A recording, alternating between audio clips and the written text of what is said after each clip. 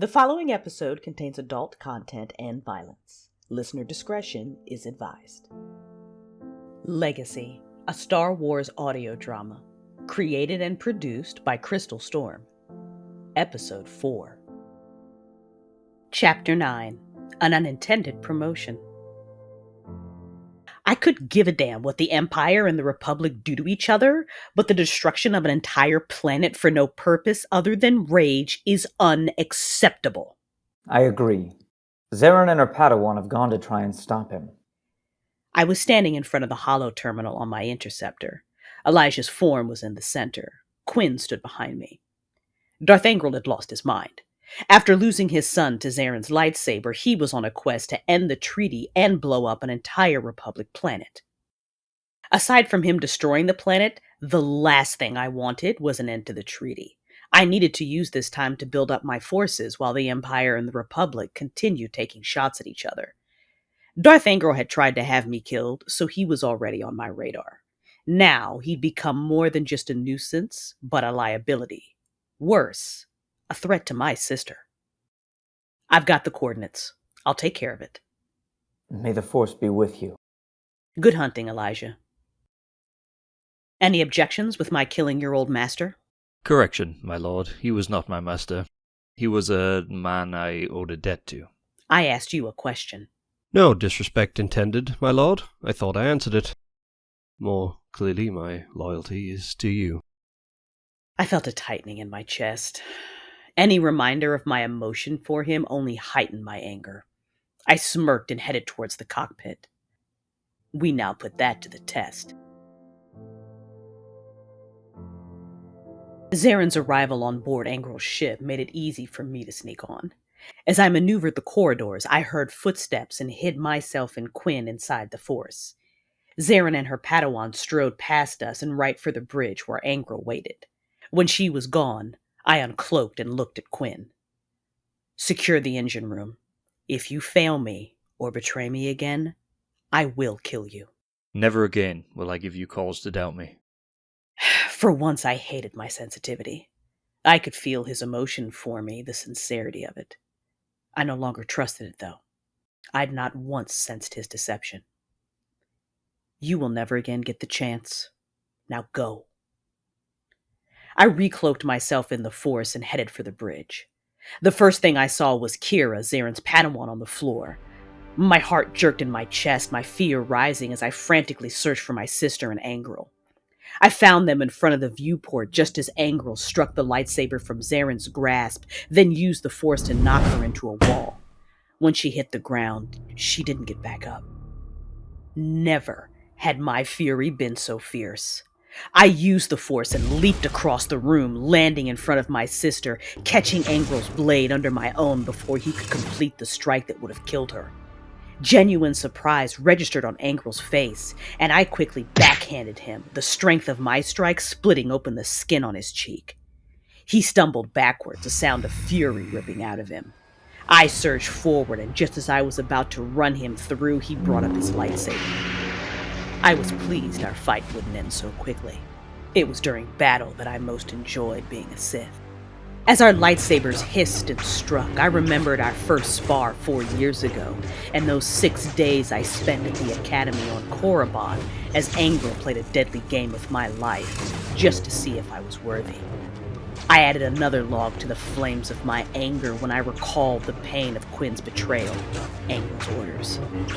All those dark emotions wove themselves into the rage I felt, knowing Xerrin was unconscious on the floor behind me, and it built into such a frenzy, my hate became stronger than his own. For a brief moment as our lightsabers continued to viciously collide, I wondered why that was. He was a father who had lost a son. The mere thought of losing my children to the ridiculous machinations of war dragged me to the edge of a darkness I knew I would never come back from. Why was Angral's hatred not greater? I probed at him with the Force, examining the raw emotions he projected as we battled over his bridge. I began to realize he'd never allowed himself to really love his son. His anger at the loss had more to do with pride than attachment. The heart of Angril's fury was in the knowledge that the Jedi had taken away something he considered his. He taught me everything I needed to know. He was no longer worthy of anything else. He held out his hand to shoot the Force into me, but I caught it. I watched his brow crease, his face twist, the sweat bead on his forehead when he realized I wasn't going to budge. I gave a hard push and my power overwhelmed him. He screamed in fury as he went flying back into the wall. I heard the crack of bone and saw the blood burst from his lips as he collapsed. I stared down at Angril. I wanted to kill him, but I could use him to cement my power if I chose another path instead. You're a true Sith now. What are you waiting for? Do it. My lips tilted into a cruel smile. I sheathed my blades and kicked him in the face. He fell to his hands and knees. I walked around him, circling him like a hunter. I stopped at his side and kicked him again, once, twice. I heard the crack of his ribs before he cried out in pain. I squatted down next to him, my lips at his ear. Every second you live is a gift from me, fallen one. I felt the surge of his anger at my mockery. I shot my hand out, used his own hatred to give strength to my force power, and sent him spiraling across the room. His temple struck one of the consoles. He was out, but he would live. For now. I took a brief moment to revel in his demise before I whirled. Xerrin. My fury vanished as I rushed over to my sister. Her pulse was faint, but she was alive. My jaw tensed as I looked down at her face. One day, I'd make her understand why I made this choice. One day, I'd find a way to atone for what I'd done to Xerrin. I pulled out my hollow communicator, and Elijah's form appeared moments later. What's happened? I need you on Darth Angril's ship. Xerrin's badly hurt, and so is her Padawan. I'm on my way. I closed the connection. Gently, I touched Xerrin's forehead. I love you, sister. I snapped my cowl up, whirled around, and hauled Angril over my shoulders. I brought Angril before the Dark Council and killed him. I met Lord Scourge, the Emperor's wrath, on the same day.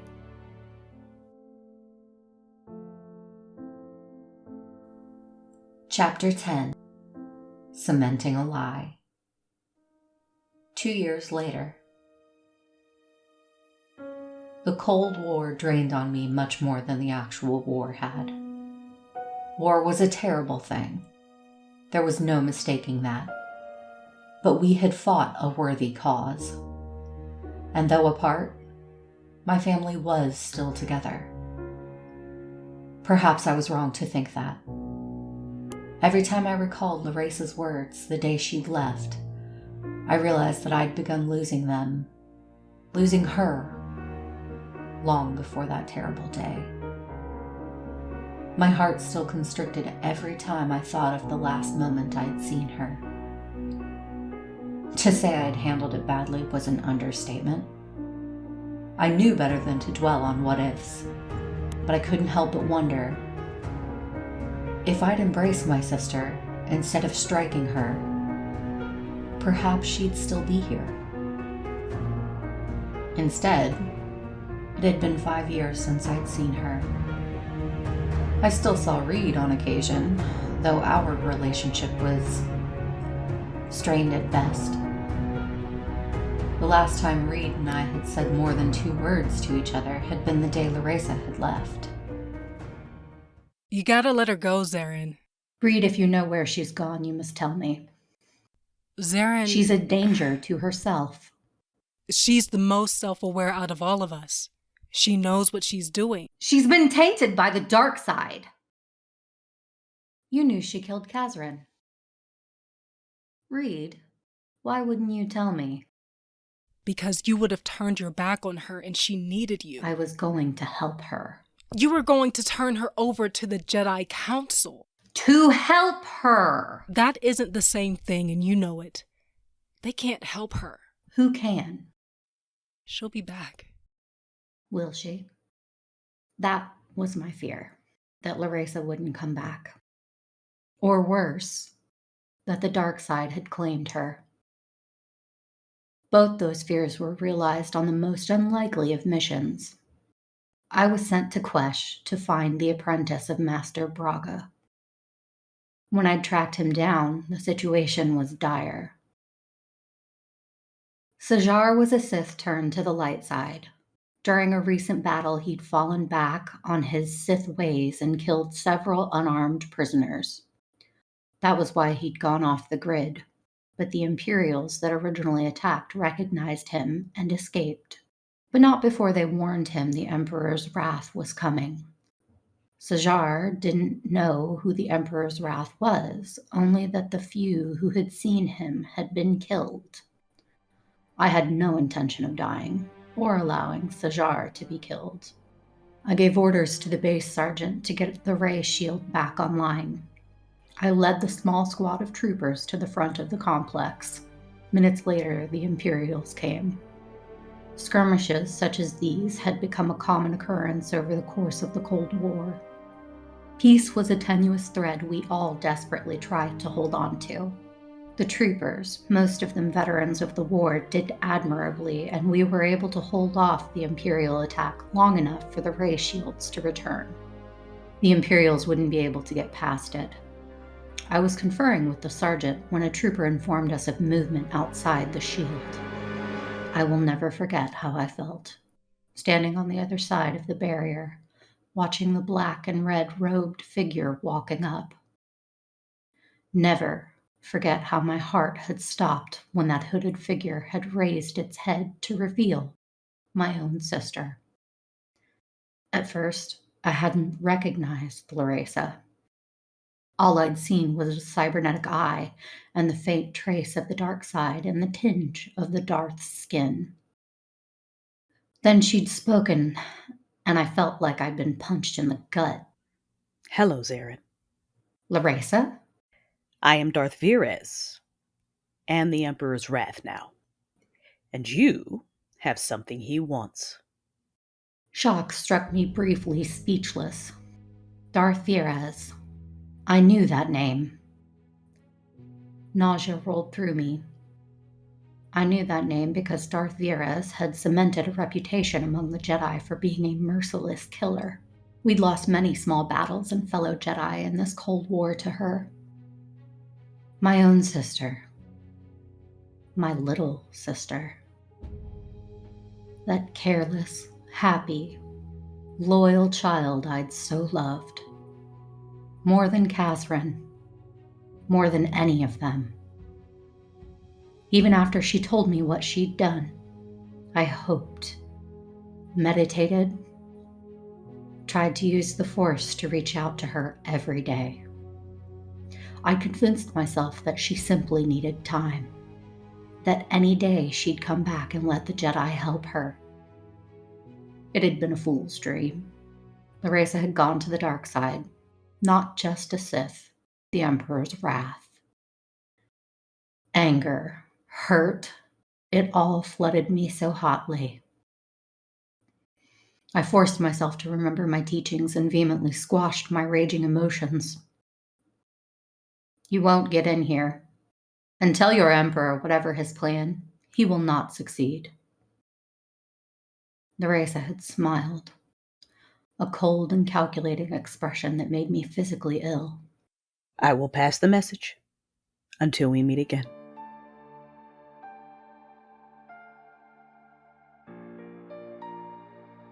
I was standing aboard my interceptor in front of the holo terminal.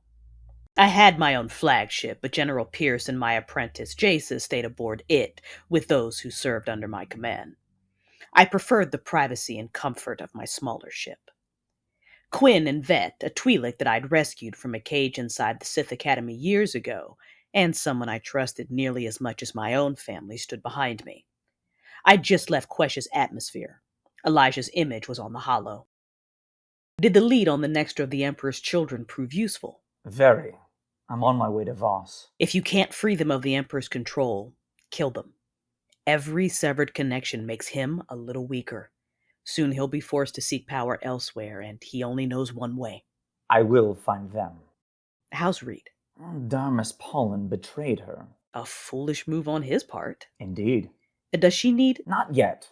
I imagine soon enough. Lencora won the Great Hunt. I heard. My sources in Imperial Intelligence tell me Veltana has gone undercover. Sith drama, but it will challenge her skills. That may lead to something more. Vancita? Cleaning up Darth Barris's mess. He'll learn much from that old fool, though. All is as it should be, then. Xerrin saw me today. It was inevitable. That hadn't made it hurt any less. I'd felt her emotions, her rage, her disgust at seeing what I was. Though I couldn't necessarily fault her. Not after everything I'd done during the Cold War. But she still assumed the worst and believed what most Jedis did, that Sith and the dark side were evil and to be destroyed. The terminal beeped. I had another call. I've got to go. Good hunting, Elijah. May the Force be with you. I switched channels, and Lord Scourge appeared. The day I'd killed Darth Angrel and earned a place on the Dark Council, Lord Scourge, the Emperor's first wrath, had given me new purpose. One far more dangerous and challenging than the one I'd planned for myself. One that could finally atone for the debt I needed to pay. The day I'd met Scourge, he'd said to me that our quarrel with the Jedi was an inevitable, never-ending conflict. But the war was another thing entirely. It was born of the machinations of insanity. Nothing more. He told me of his vision, his mission, and the part he'd foreseen Xerrin and I playing in it. There was much truth in his words, especially about the insanity of the Emperor. Scourge had taken me to meet the Emperor that day. I don't know what the Emperor had seen in me, but he'd granted me the title of his wrath alongside Scourge. The position and the power that had come with it had served me well. I used the time to strengthen myself, and being so close to the Emperor had given me needed information that I fed to Elijah. Elijah had been tasked by the Jedi Council with hunting down the Emperor's children, unknowing pawns the Emperor had sprinkled throughout the Republic and the Empire that did his bidding and helped him keep his power. But each child Elijah killed made the Emperor a little weaker. Soon, Scourge's vision would be realized. But Scourge's call was not good news. He told me that the Jedi had planned an assault on the Emperor's fortress, which was a foolish move. The Emperor was still too powerful. They would lose. Complicating matters was the fact that Xerrin was leading the charge on this mission. I would not allow my sister to be made one of the Emperor's mind-controlled minions. So, however foolish, this move by the Jedi presented me with a needed opportunity. It was time for my tenure as the Emperor's second wrath to come to an end. Scourge and I came up with a plan, and I ordered my ship to set a course for Droman Kaas. He could kill you if you fail him. A necessary risk. I walked towards my quarters. Laresa. My steps halted, my back stiffening. I didn't turn around. You will address me as my station dictates, Captain. Apologies, my lord. Permission to speak freely? Denied. I love you. My steps faltered, and I cursed myself for it. It wasn't just his blasted words, I could feel it.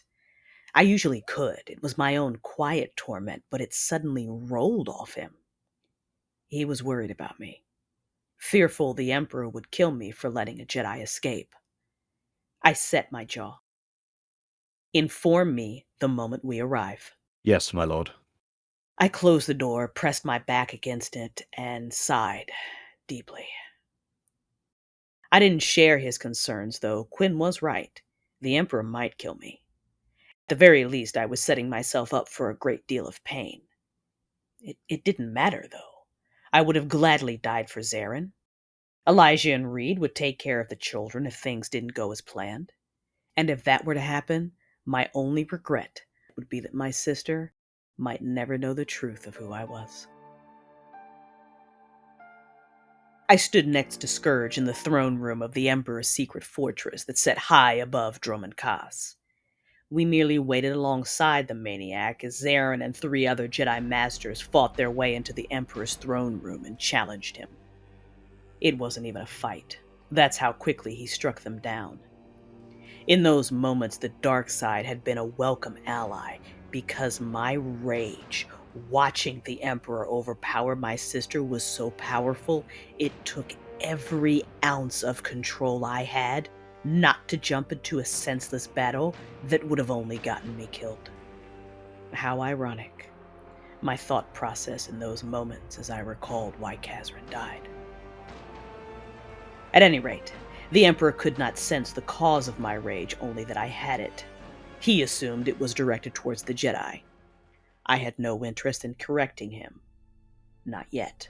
Darth Virus. Yes, Master. Prove yourself worthy of all I have given you. See to the Guardian's submission personally. With pleasure.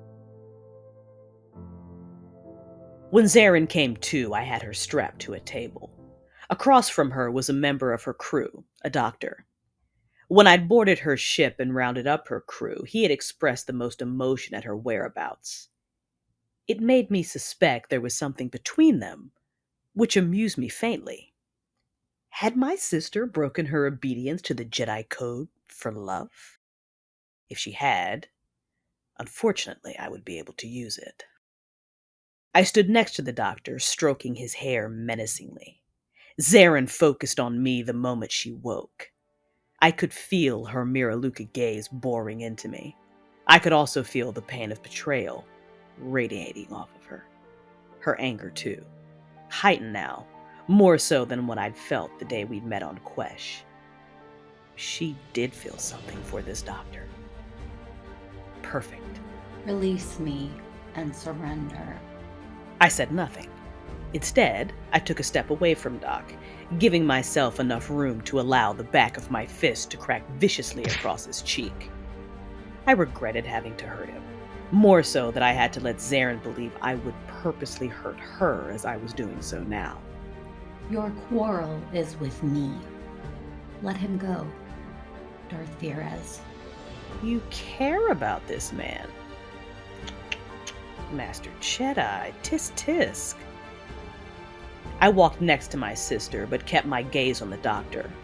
Holding out my hand, I used the Force, wrapping it around his neck and began choking him. I should cure you of your attachment. Stop this. I have orders to kill every member of your crew, dear sister, but this is the only one I'll make you watch. She was near her breaking point. Good, I thought, silently urging her on. I projected my own emotions, heightening hers. The binds on her chair were not that tight. She need only fight a little more. I heard the snap before she realized it, and I readied myself. When Xerrin got her hand free, she force-pushed me right into the wall. I growled as if in fury and surged to my feet. I only withdrew one of my lightsabers. She called hers that I had left on the table in the room. I knew I'd pissed her off because she didn't even bother asking me to surrender. She just attacked. She did love that man. Interesting. I had no time to be happy for her, though. I had to lose without looking like it. I did not put all my strength into the battle, and moments later I made a critical mistake, let her disarm me, and knock me to the ground. Scourge could not have timed it better, because at that moment alarms started going off. I looked up at her and smirked. If you mean to save your friends, I suggest you go. Now. Xerrin looked torn, and I wondered briefly if she'd give in to the anger I felt radiating off of her and kill me. At that moment, Doc touched her arm and said something to her. His voice seemed to snap my sister out of it. I could feel it. We will meet again, Sith. Count on it. She struck me in the temple, robbing me of consciousness. I knew, though, that she would escape, and that was all that mattered.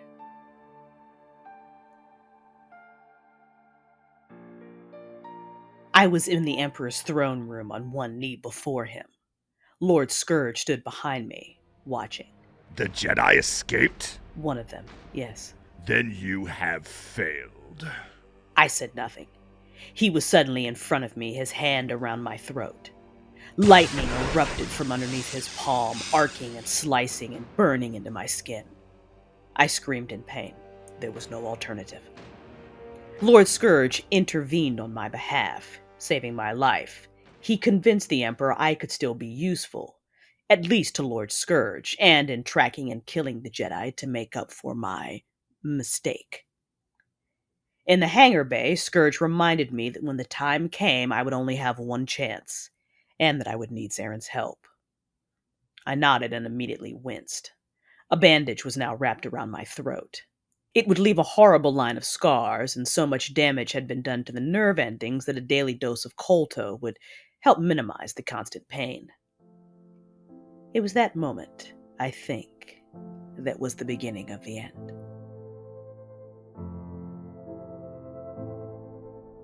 I hope you've enjoyed listening to Legacy. Please remember to subscribe, drop us a review, and share the story with your friends. Join us Tuesday evenings at 7 Eastern, 6 Central for the Legacy After Show, where Crystal talks with the cast from each episode. Episode 4 features voice performances by Crystal Storm, Alex Ahmed, Adam Koreman, Bunbarian, Tarrah, Endsville Games, and Stakenas. Special thanks to sound engineer Hannah Cardelihac for her work on this episode. Legacy's theme song is composed by Daniel Ciurlizza, titled Star Wars Dark Side Themes Reimagined. Additional amazing music tracks contributed to this episode. Please read the description for full credits and links to each track. Legacy is a work of fan fiction created inside the Star Wars The Old Republic universe. It is written, directed, and produced by Crystal Storm. The Daklan family are original characters created by Crystal. A big thank you to Bioware, LucasArts, and Disney for providing such a rich world to create in.